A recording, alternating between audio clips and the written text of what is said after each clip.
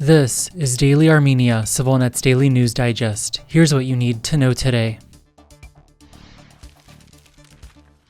Over the weekend, residents of Kiran's village in Armenia's northeastern Tavush region and their supporters, led by Archbishop of Tavush, Pashinyan, began a march to Yerevan to protest a deal arranged last month to legally define part of Armenia's border with Azerbaijan. ΣիվiLNet is here at the march near Lake Sevan to find out what the protesters' demands are.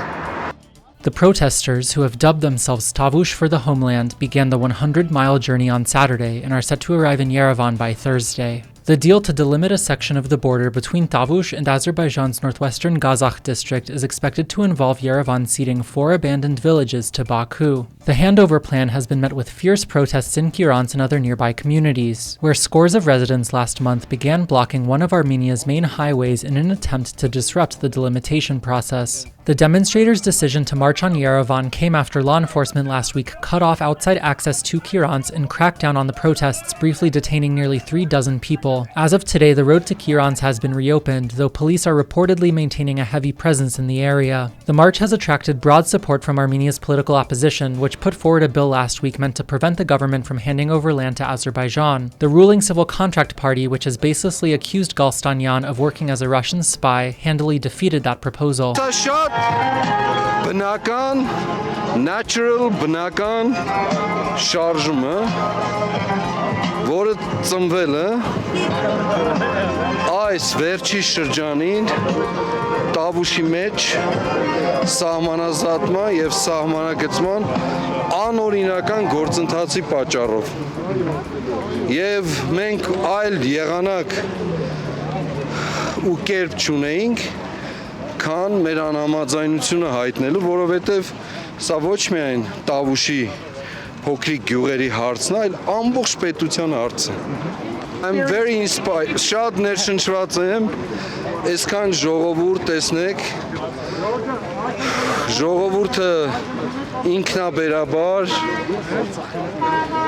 իրենց կամքով, ցանկությամբ գալիս են մասնակից լինելու, հետևաբար շատ ներշնչված եմ։ The Tavush protesters' methods echo a march on Yerevan in 2018 by Nikol Pashinyan, at the time an opposition lawmaker. That protest helped spark the revolution that catapulted Pashinyan to the prime minister's office later that year. Despite those parallels, Alen Simonyan, Armenia's parliament speaker and a close ally to Pashinyan, has dismissed the possibility the marchers may attract enough popular support to threaten the government. In Armenia, a change in government is possible only through parliamentary elections, Simonyan told reporters today.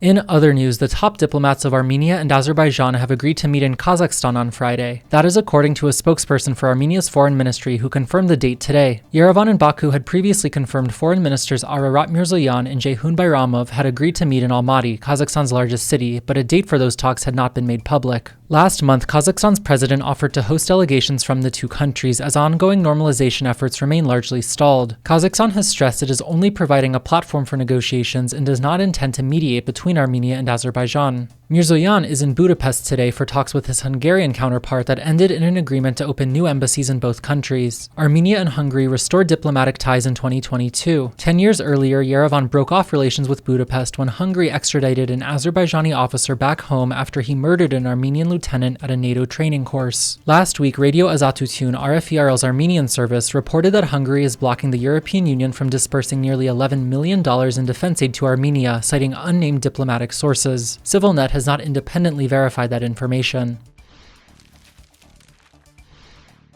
Meanwhile, Simonyan, the parliament speaker, told reporters today that Pashinyan will not attend Russian President Vladimir Putin's inauguration, scheduled for tomorrow. Speculation had been swirling for weeks in Armenia about the possibility Pashinyan may choose not to attend the ceremony. There was no immediate reaction from the Kremlin to the news. Pashinyan will, however, travel to Moscow on Wednesday to take part in a summit of the Eurasian Economic Union, a Russian-led trade bloc. And as always, please follow ΣiviLNet for the latest news and independent reporting from our contributors on the ground here in Armenia.